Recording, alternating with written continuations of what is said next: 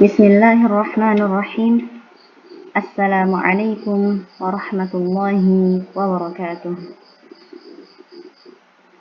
Alhamdulillahi wa kafa, wassalatu wassalamu ala nabiyyil mujtaba wa ala alihi wa ashabihi ahli sidqi wal wafa wa ba'du. Fa Allahumma anfa'na bima 'allamtana wa 'allimna ma yanfa'una wa zidna 'ilman wa hudan wa tuqan wa salahan ya rabbal alamin. فكيف حالكن أيتها الطالبات؟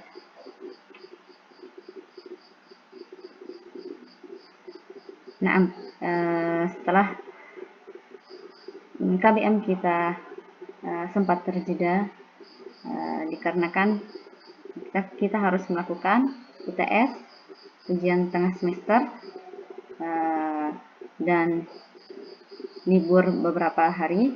Insya Allah kita akan melanjutkan materi kita pada pertemuan kali ini, yaitu surah Al-Humazah. Nah, sebelumnya Ustazah mengingatkan kembali, setelah liburan yang lumayan panjang, perlu dipompa lagi semangatnya biar semangat, dan diperbaiki kembali niatnya dalam menuntut ilmu, karena tidaklah kita menuntut ilmu untuk hanya sekedar untuk mengisi sebuah nilai rapot saja, melainkan agar kita mendapatkan ilmu yang bermanfaat bagi diri kita sendiri dan orang-orang di sekitar kita.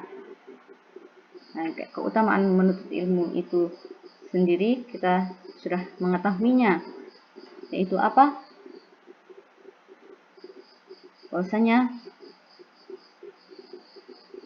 malaikat mengepakkan sayapnya ridho terhadap para penuntut ilmu. Nah, Allah Subhanahu wa ta'ala menurunkan keberkahan kepada majelis tersebut, menurunkan ketenangan pada majelis-majelis ilmu. Nah, oleh sebab itu dipersiapkan dalam menerima ilmu yang begitu bermanfaat ini dengan sepenuhnya, baik secara jasmani, rohani. Nah, mungkin bisa saja kita bersantai dalam mendengarkan rekaman, namun berusahalah mendengarkan rekaman dalam keadaan kita sudah berpakaian rapi, bersiap-siap, sehingga bisa mendukung kita juga dalam mendengarkan video ini. Nah, sehingga tidak terjadi sebuah tidak datang rasa kantuk yang cepat. Nah, karena kebetulan pelajaran tafsir juga pelajaran yang terakhir. Nah, semoga semangatnya bukan semangat terakhir ya, semangat pagi. Nah, perbaiki niat. Niatnya bukan sekedar mencari nilai seperti yang sudah katakan. Mencari nilai boleh saja, namun itu tidak kita jadikan dengan prioritas utama kita sebagai penuntut ilmu. Nah, nilai di ijazah tidak begitu penting jika pengaplikasiannya tidak sama dengan yang tertera di ijazahnya. Ya, oleh sebab itu sudah mengingatkan kembali agar selalu memperbaiki niat, karena niat itu letaknya di hati, dan hati seseorang itu berubah-ubah setiap saatnya. Nah, oleh sebabnya kita selalu mohon kepada Allah Subhanahu wa ta'ala agar diberikan niat yang soleh. Karena perbuatan yang baik itu berasal dari niat yang baik. Ketika niat seseorang itu berubah, maka beda lagi arti makna dari perbuatan seseorang tersebut.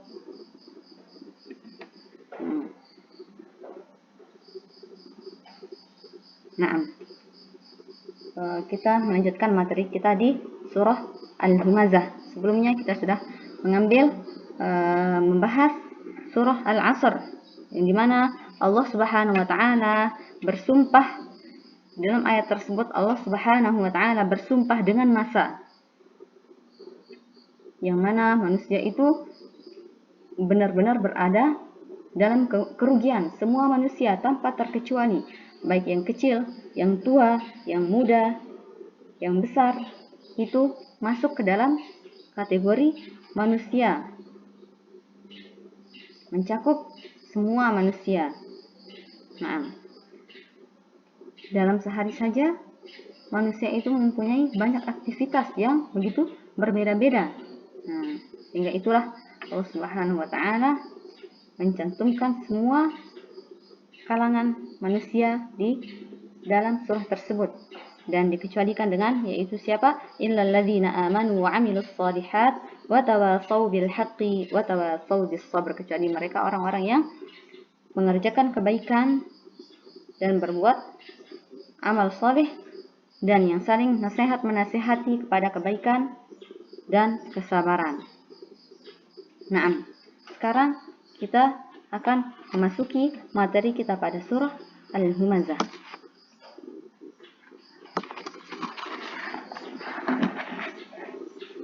Al-Humazah terdiri dari 9 ayat. Dibuka dengan kata wail. Kalimat wail, celaka, yang artinya celaka ya. Nah, kita juga sudah membahas al-kalimat al-jadidah. Kita sudah mengartikan arti dari kalimat per kalimat. Wail artinya apa? Humazah, lumazah, jama'a yajma'u, malun, addada yu'addidu, dan seterusnya.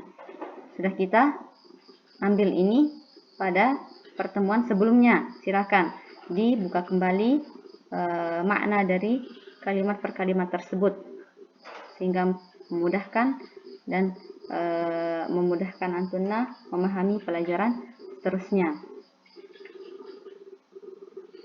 Nah, surah Al-Humazah dibuka dengan kata wail, yang artinya celaka, binasa. Wailun bermakna azabun. Wail, azabun, halak, binasa, azab. Ada juga yang mengatakan bahwasanya wail itu maknanya itu nama dari suatu lembah di dalam neraka. Nah, bagaimana yang sudah kita sebutkan juga pada pertemuan sebelumnya, bahwasanya surah yang dibuka dengan wail itu ada 2, yaitu apa? Wailul likulli humazatil lumazah dan wailul lil mutaffifin, binasa, azab. Nah, ini azab di akhirat, bukan azab di dunia. Azab di dunia saja begitu pedihnya ketika tangan kita atau anggota badan kita terkena dengan api. Bayangkan apa yang terjadi. Begitu perih, sakit. Nah, apalagi azab yang di akhirat. Lebih dari itu, tidak ada yang menandingi azab tersebut. Na'udzubillahi min dzalik. Semoga kita tidak termasuk dari orang-orang yang merasakan azab Allah Subhanahu wa Ta'ala di akhirat kelak. Na'udzubillah. Dan semoga kita dimasukkan ke dalam golongan orang-orang yang mendapatkan kenikmatan Allah Subhanahu wa Ta'ala di akhirat kelak. Nah, dan azab yang paling ringan itu yaitu apa? Dipakaikan sendal, kemudian keluar dari kepalanya mendidih. Ya, itu azab yang paling ringan. Bagaimana yang paling beratnya? Na'udzubillahi min dzalik. Itu yang ringan saja sudah seperti itu. Na'udzubillah ya. Kita saja tangannya terbakar sedikit saja di dunia, kita kesakitan. Apalagi dipakaikan sendal dan kepalanya mendidih, dan itu tidak didapatkan oleh orang yang mendapatkan azab di akhirat kelak. Itu cuma diberikan keringan kepada paman Nabi Shallallahu Alaihi Wasallam, Abu Thalib. Nah, na'udzubillah, semoga kita termasuk dari orang-orang yang mendapatkan azab Allah Subhanahu Wa Taala di akhirat kelak. Nah, wailun likulli humazatil lumazah. Celaka. Wail artinya celaka. Humazah, wailul likulli humazatil lumazah. Siapakah yang celaka? Likulli humazah. Humazah artinya apa? Alladzi ya'ibun nas biqaulihi, yaitu yang mencela manusia dengan perkataannya. Nah, humazah pakai h, yang mencela dengan perkataannya. Wailul likulli humazatin lumazatin. Beda huruf, satu huruf saja. Nah, kalau lumazah artinya apa? Alladzi ya'ibun nas bi'amalihi, yang mencela manusia dengan perbuatannya.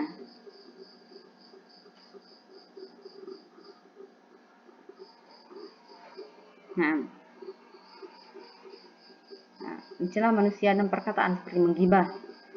Dia menggibahi seorang di belakangnya. Dan hal tersebut memang benar ada pada orang tersebut. Jika suatu aib tersebut tidak ada pada orang tersebut, kemudian dia menyebut-nyebutnya, berarti itu namanya berdusta, karena sifat tersebut tidak ada pada orang tersebut, namun dia menyebutkannya, mengungkit-ungkitnya, menggunjingnya. Itu fitnah. Nah, sedangkan jika sifat tersebut ada pada, sifat jelek orang tersebut ada pada dirinya, kemudian dia menyebut-nyebutnya, nah itulah ghibah. Jika seorang tersebut mendengarnya, dia akan sakit hati. Nah, semoga kita tidak termasuk, semoga kita dijauhi dari sifat menggunjingnya. Na'udzubillah. Menggunjing seorang itu sama saja dengan, sama halnya dengan memakan bangkai. Nah, mau nggak kita disuguhkan bangkai terus kita makan? Mana ada yang mau? Mencium baunya saja kita tidak mau, apalagi memakannya. Nah, itulah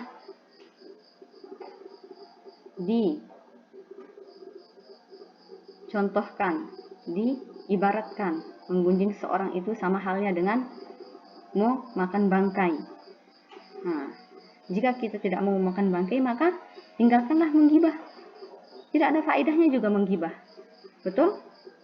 Nah, sedangkan lumazah yaitu alladzi ya'ibun nas bi'amalihi, dengan perbuatannya.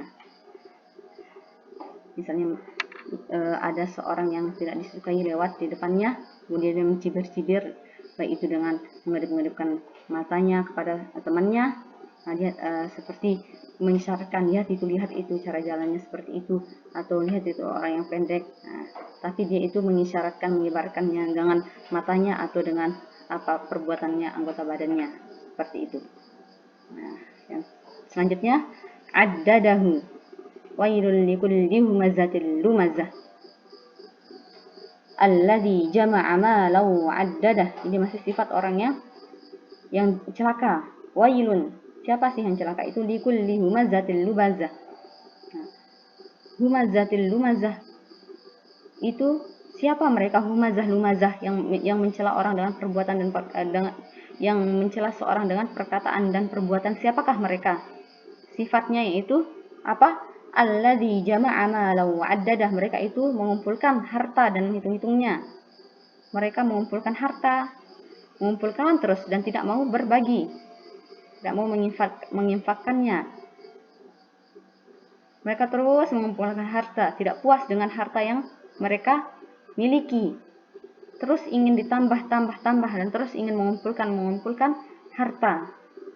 Nah, itulah sifat humazatin lumazah. Siapa mereka? Sifat lumazah yang mencela manusia dan perkataan dan perbuatan itu sifatnya apa? Seperti apa?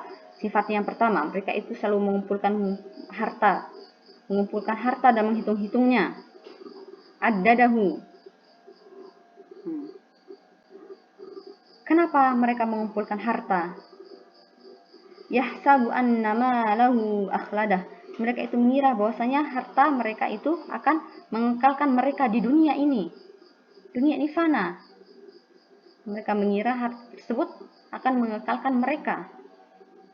Kenikmatan yang hanya sementara ini mereka kumpulkan, mereka berusaha sekuat tenaga mereka demi mengumpulkan harta dengan prasangka bahwasanya harta tersebut mengekalkan mereka. Yahsabu maknanya yadhunnu, mereka mengira bahwasanya harta tersebut mengekalkan mereka. Akhladahu abqahu falan yamut. Nah, akhladahu mengekalkan mereka. Ini maknanya abqahu falan yamut. Nah, mengekalkan mereka dan tidak akan mati, tidak akan musnah. Mereka mengira akan terus berada dalam kenikmatan tersebut dan tidak akan meninggal dan akan kekal hidup di dunia selama-lamanya. Tidakkah mereka mengetahui bahwasanya kehidupan di dunia ini begitu fana?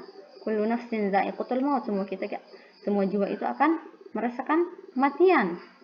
Itu sudah jelas firman Allah Subhanahu wa taala. Namun mereka tidak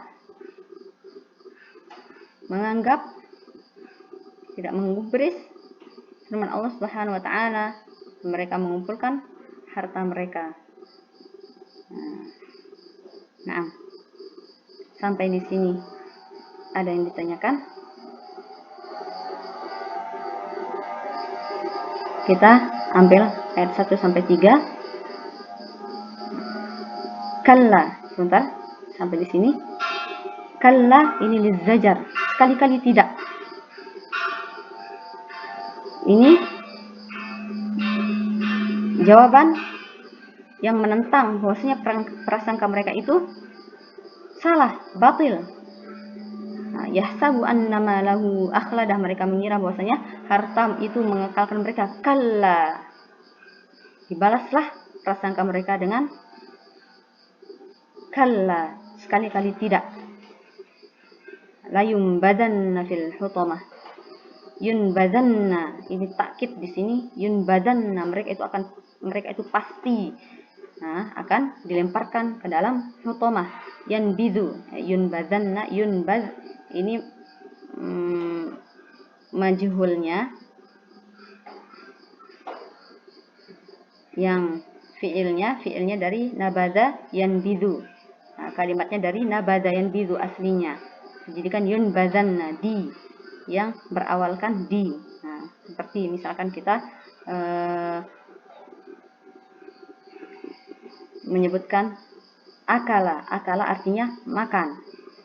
Kalau ukila majhulnya, bentuk majhulnya ukila, dimakan, ada berawalkan di. Begitu juga di sini yunbadanna, dilemparkan, aslinya yanbidu, melempar.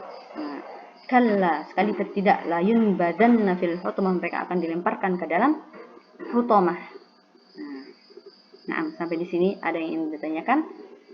Insyaallah kita akan melanjutkan materi kita pada pertemuan berikutnya dari ayat yang kelima sampai terakhir insyaallah biiznillah ta'ala.